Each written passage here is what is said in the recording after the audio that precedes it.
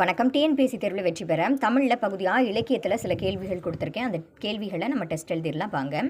உண்டி கொடுத்தோர் உயிர் கொடுத்தோரே என்ற தொடர் இடம்பெற்றுள்ள நூல் எது? ஆப்ஷன்ஸ் நச்சினை, புறநானூறு, பதிற்று 10. சரியான பதில் என்னென்னா புறநானூறு. அடுத்த கேள்வி பொறுத்துக. அதாவது அகநானூறு நூலில் திணை இது பாடல் வரிசை. ஒவ்வொரு திணைக்கும் பாடல் வரிசை எப்படி இருக்குன்றதை பொறுத்துக்கவாக கொடுத்துருக்கேன், கவனிங்க.